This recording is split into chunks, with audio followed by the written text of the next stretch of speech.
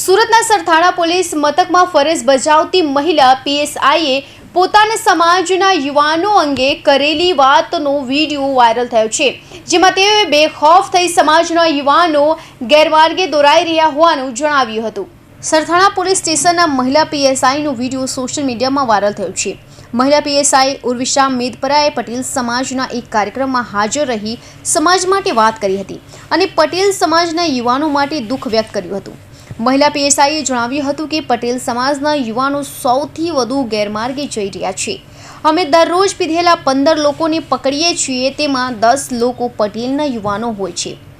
પછી મને ભલામણ કરે છે કે તમે પટેલ છો તો તમે તો સમજો। આવા લોકોની કોઈ પણ ભલામણ ના કરે તો પણ મારા પટેલ સમાજના છોકરાઓને છોડવાના નહીં, તેમ પણ જણાવ્યું હતું। આવા લોકો એક દિવસ લોકઅપમાં રહેશે તો ભાન થશે। પૈસા છે તો સારી જગ્યા વાપરો। તો સાથે સાયબરના કેસો આવે છે, તેમાં 50% પટેલ સમાજના હોય છે, જેથી મહિલા પીએસઆઈએ કહ્યું હતું કે શું કરવા અળવે રસ્તે જાઓ છો।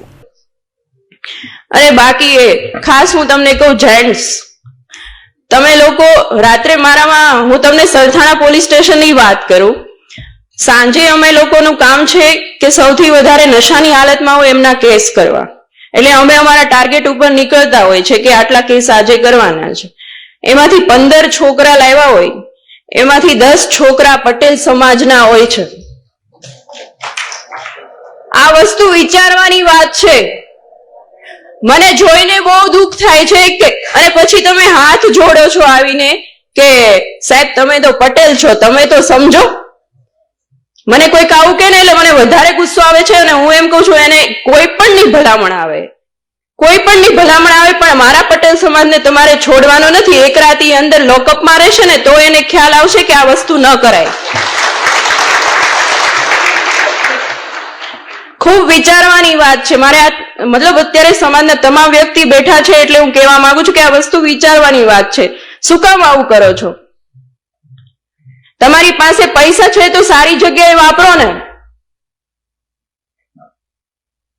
અને જે સાયબર ફ્રોડના કેસ આવે છે એમાં 50% પટેલ સમાજ હોય છે। શું કામ અવળા રસ્તે ચડો છો? પટેલ સમાજે આટલી નામના મેળવી છે, આટલું આગળ વધ્યા છે, તો શું કામ આવી રીતે પતન તરફ જવાનું? આજુબાજુના વ્યક્તિ પણ અમને એમ કહેતા હોય છે કે સાહેબ તમારો સમાજ છે, તમારો સમાજ છે। કેટલી શરમ આવે। એટલે થોડુંક વિચારવાની વાત છે। અને સ્ત્રી બાબતે તો મારે કંઈ કહેવાનું વધારે રહેતું નથી। સ્ત્રી એટલે વાત્સલ્ય, સ્ત્રી એટલે કરુણતા, અને સ્ત્રી એટલે મહાકાળી, અને સ્ત્રી એ જ મહાદુર્ગા।